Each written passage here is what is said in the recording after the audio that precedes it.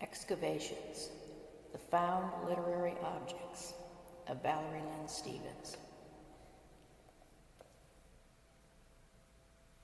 Diabolus in Machina est Etiam Deus in Machina. Just think what that must have done to the human soul.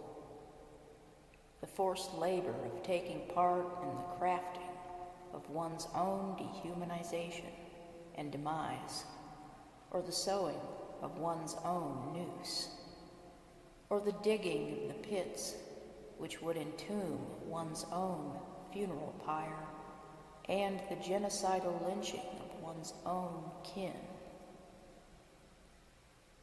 A labor camp straight from the mouth of Satan himself. They were death camps, plain and simple. They had no intention of any survivors. But good thrives both despite and because of evil. As above, so below. There is only one sovereign, holy God. Now rewind. The past again revealing itself as an all too crude prelude.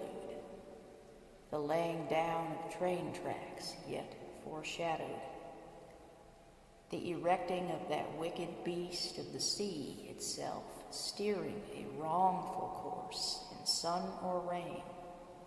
The train, white man's new faithful dog, bringing him in. The train, now bearing those invisible shackles and chains. The train, the white man's milk and honey, an abundant flow, the black man's continual subtraction from nothing.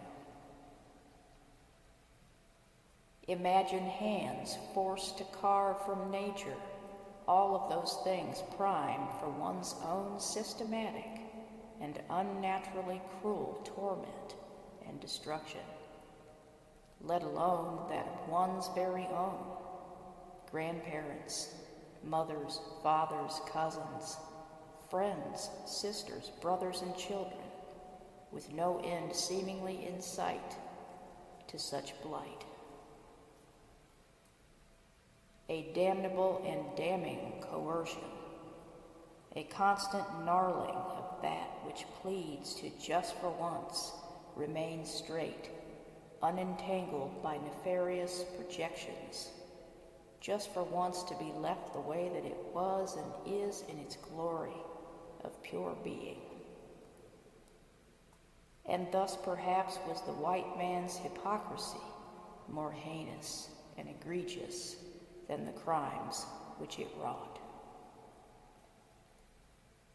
Yet the true casualties come from man's own war with himself, as it seems to always become so endlessly displaced upon that which reflects to the most mindless masses a feeble-minded gestalt of that darkness of night which some akin to those possessed of lighter skin, though certainly not a light from within, in their vicious cycle of fear and shame,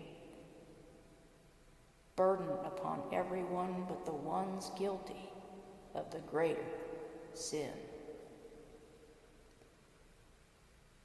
But is this semiotic analysis concerning color in its extensions of association and oversimplification? White equals purity and righteousness, black, impurity and the abominable. Of course it is. But are we who we are in defense of ourselves in justifiable response to another's transgression? Or are we who we are in offense to a transgression merely anticipated, thus often falsely reiterated? But this shit could go on and on and on. A perpetual motion machine that unfortunately does seem to exist.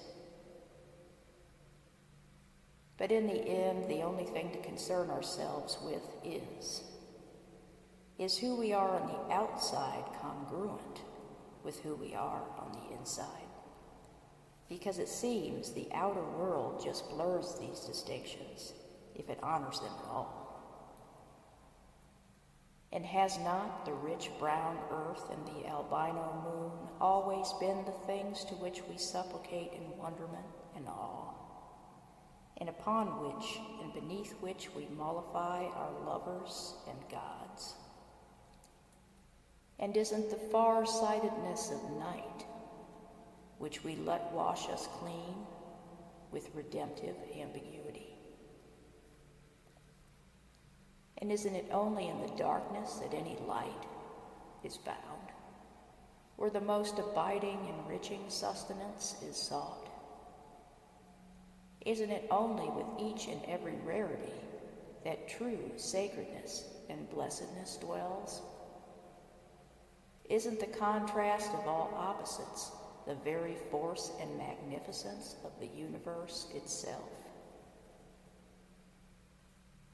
All things considered, and in the end, there is only one imminent battle which must be fought, that of the individual versus himself and the forces of evil, both exogenous and endogenous. For there is only one human race which must face the following in each our own way. Should we decide otherwise to try and rise and become what God sees us as, that which we truly are, by default we risk becoming an accomplice to both our own liberation and ensured enslavement. But again we must ask, freedom from what or whom, and enslavement by who or what? For there is much more bondage in freedom than there is freedom in bondage. Although we bear crosses, shackles, and chains here upon this earthen expanse today, so that we may bear eternal exaltation and victory tomorrow. But freedom by nature is not meant to be a destination, rather a goal toward which we all must strive until we have earned that salvation eternal, the only abiding and actual freedom which ever existed to begin with.